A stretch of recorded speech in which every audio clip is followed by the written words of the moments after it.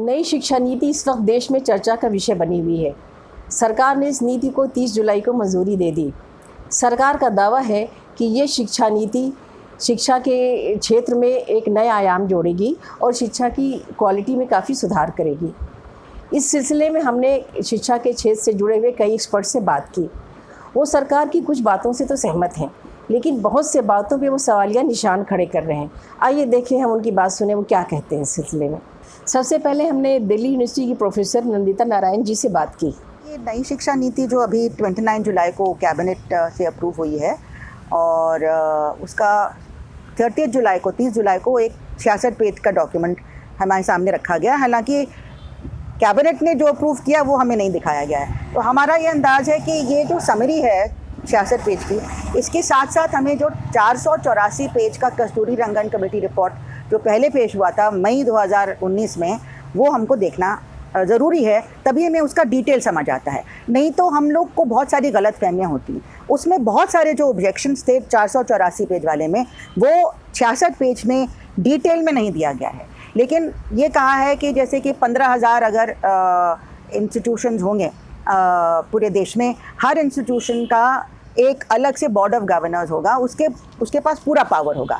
लेकिन पावर किस किस चीज़ का होगा वो पहले डॉक्यूमेंट में है कि उसको स्टूडेंट्स की फ़ीस, कौन से कोर्सेज पढ़ाए जाएंगे, कोर्स का कंटेंट क्या होगा, कितने टीचर्स स्टूडेंट रेशो होना चाहिए, टीचर्स की सर्विस कंडीशंस क्या होंगी, उनकी तनख्वाह क्या होगी, प्रमोशन होगी नहीं होगी, पेंशन होगी, सारा कुछ वो तय करेंगे। और सिर्फ उनको अपना ऑब्जेक्टिव जो है वो वेबसाइट में डालना है, उससे और कोई सवाल पूछा नहीं जाएगा, एक फॉर्म सिर्फ भरना है ना। तो ये तो प्राइवेटाइजेशन हो गया ना। उसके साथ साथ इन्होंने कह दिया है कि बोर्ड ऑफ गवर्नर्स में इलेक्टेड रिप्रेजेंटेशन नहीं होगा। पूरा एंटी डेमोक्रेटाइजेशन ड्राइव है। अभी हमारा इलेक्टेड रिप्रेजेंटेशन एग्जीक्यूटिव काउंसिल में, एकेडमिक काउंसिल में होता है, वो सारा खत्म होने वाला है। यूनियन नहीं होने देंगे तो आवाज़ कौन उठाएगा? जब प्राइवेट लोग तय करेंगे कि आपकी नौकरी रहेगी नहीं रहेगी तो कौन बोलेगा? और जब टीचर बेजुबान हो जाएगा, टीचर इंडिपेंडेंटली ना सोच पाएगा, ना लिख पाएगा, ना बोल पाएगा, तो आप स्टूडेंट्स को कैसे सिखाएंगे? आपका सोशल जस्टिस का जो उसमें प्रियम्बल में है, आपने यहाँ पे कुछ अंडर रिप्रेजेंटेड ग्रुप्स की बात कर दी है कि हाँ उनको भी मिलना चाहिए। लेकिन कानून क्या है जो आज की रिजर्वेशन पॉलिसी लड़ झगड़ के इतने सालों के बाद लाए हैं कि हमारे देश के 90% लोग एजुकेशन के बाहर ना रहें, जो रह रहे थे और अभी भी ज़्यादातर बाहर ही हैं, उनको अंदर लाने के लिए कौन सा प्रावधान है, कौन सा कानून है? कानून है नहीं। आपने पब्लिक प्राइवेट को एक ही स्तर पे रख के कहा उनको भी ग्रांट देंगे, इनको भी ग्रांट देंगे। उस पर हमें ऑब्जेक्शन है कि आपको जहाँ पे ग्रांट की ज़रूरत है वहाँ से पैसा हटा के आप उधर दोगे। पब्लिक प्राइवेट पार्टनरशिप की जगह आप कहते हैं पब्लिक परोपकार पार्टनरशिप, यानी कि फिलांथ्रोपिक। हमें मालूम है कौन फिलांथ्रोपी करेगा, अपना कॉर्पोरेट सोशल रिस्पॉन्सिबिलिटी से पैसा डाल के वो फिर कंट्रोल करेंगे पूरे सिचुएशन को। बोर्ड ऑफ गवर्नर्स में उनके भी नुमाइंदे होंगे, उनके नुमाइंदे, सरकार के नुमाइंदे और पब्लिक सोसाइटी के इंटेलेक्चुअल्स डाले जाएंगे उसमें। जो कौन तो तय करेगा? शिक्षा आयोग। तो आप आइडियोलॉजिकल पूरा कंट्रोल चाहते हैं। 2/3 बोर्ड ऑफ गवर्नर्स में ये कॉम्पोजिशन होगा और अंदर के इलेक्ट होके नहीं आएंगे, यही लोग वो अंदर वाले चुनेंगे, अपने जो हाँ में हाँ मिलान करने वाले लोगों को चुना जाएगा। तो पूरा का पूरा एंटी डेमोक्रेटाइजेशन, पूरा का पूरा सोशल जस्टिस के लिए कोई भी प्रोविज़न नहीं इसमें। और जब फीस इतनी ऊंची हो जाएगी, उनकी फ़ीस पे कोई कंट्रोल नहीं है। आप कहते हैं इसमें एक तरफ मीठी मीठी बातें, अंदर जहर है। मीठी मीठी बातें कहते हैं कि पैसा कम होने की वजह से किसी को डिनाई नहीं होना चाहिए। हम भी मानते हैं, सब लोग कहते हैं, उसमें क्या बुराई है? अंबानी अडानी भी कहते हैं। लेकिन आप फीस रोकने, इतनी ऊंची फीस रोकने के लिए आप कौन सा कानून रखेंगे?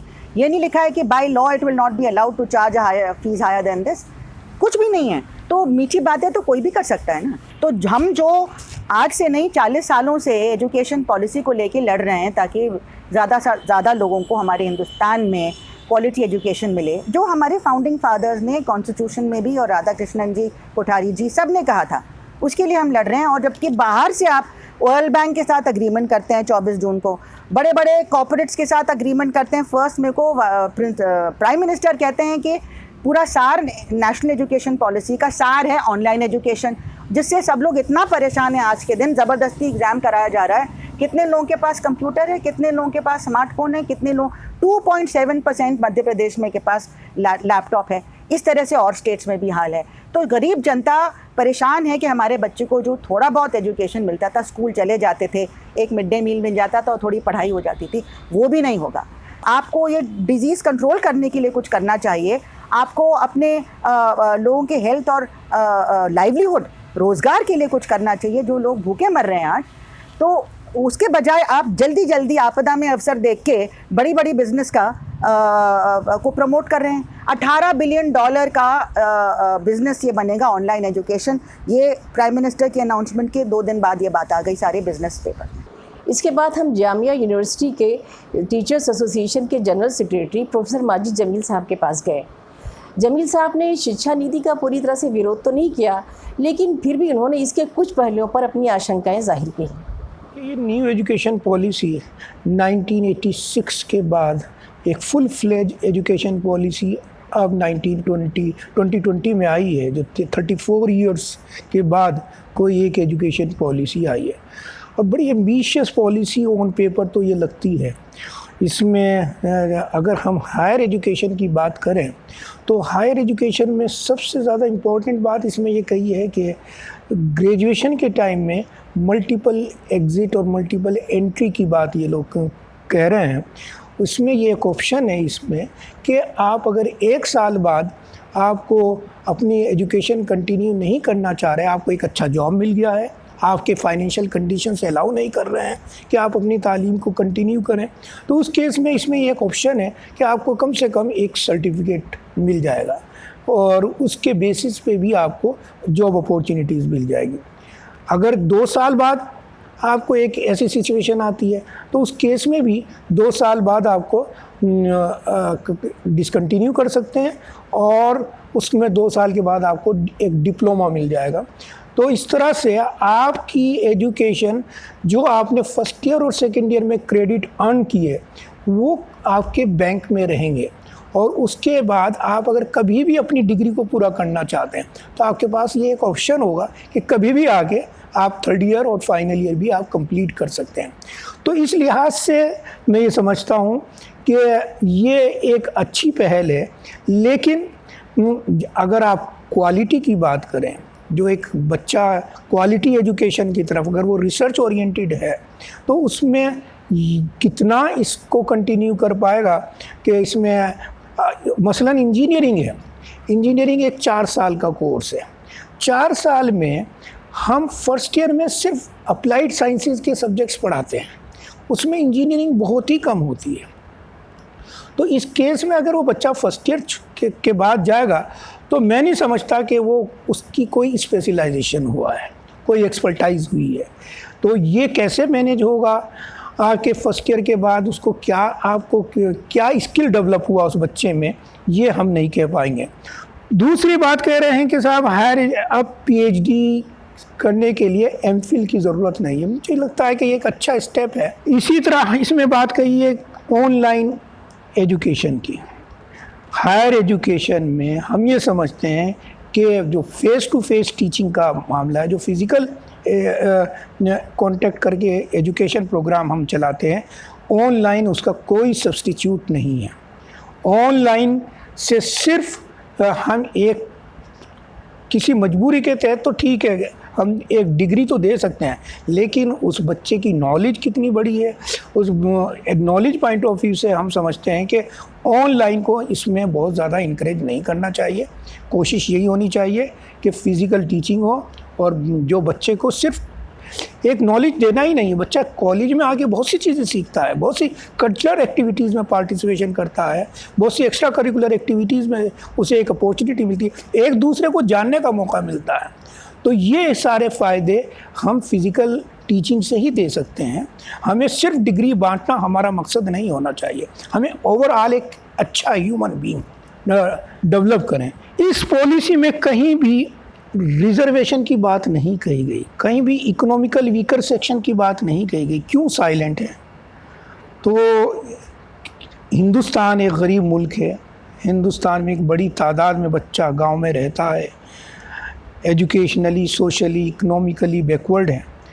तो रिजर्वेशन पॉलिसी जो हमारी है वो ट्रू स्पिरिट में इम्प्लीमेंट होनी चाहिए। इस एजुकेशन पॉलिसी के तहत ये हो रहा है कि साहब फॉरेन यूनिवर्सिटीज़ को हम अपने ही कंट्री में इनवाइट करके और यहीं कैंपस होंगे और स्टूडेंट्स के पास एक अपॉर्चुनिटी होगी कि वो हार्वर्ड और MIT और दूसरे वो एजुकेशन यहीं पे इंडिया में ही उनको अवेलेबल हो जाएगी।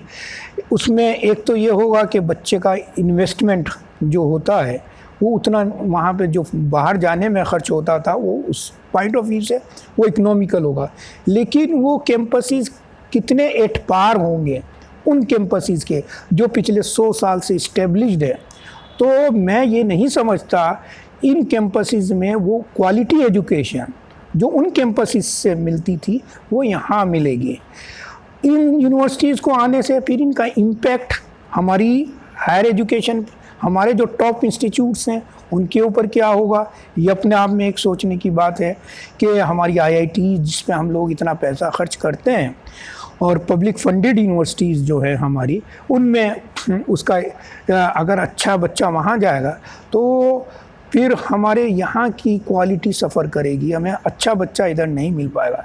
लेकिन उसमें जाहिर सी बात है ये प्राइवेट यूनिवर्सिटीज़ होंगी, इनमें फ़ीस ज़्यादा होगी, तो इन यूनिवर्सिटीज़ में जो हमारा टैलेंट है, और टैलेंट एक गरीब बच्चे में भी हो सकता है, एक जो इकोनॉमिकली वीक बच्चा है उसमें भी हो सकता है, उसको तो ये अपॉर्चुनिटी नहीं मिलेगी।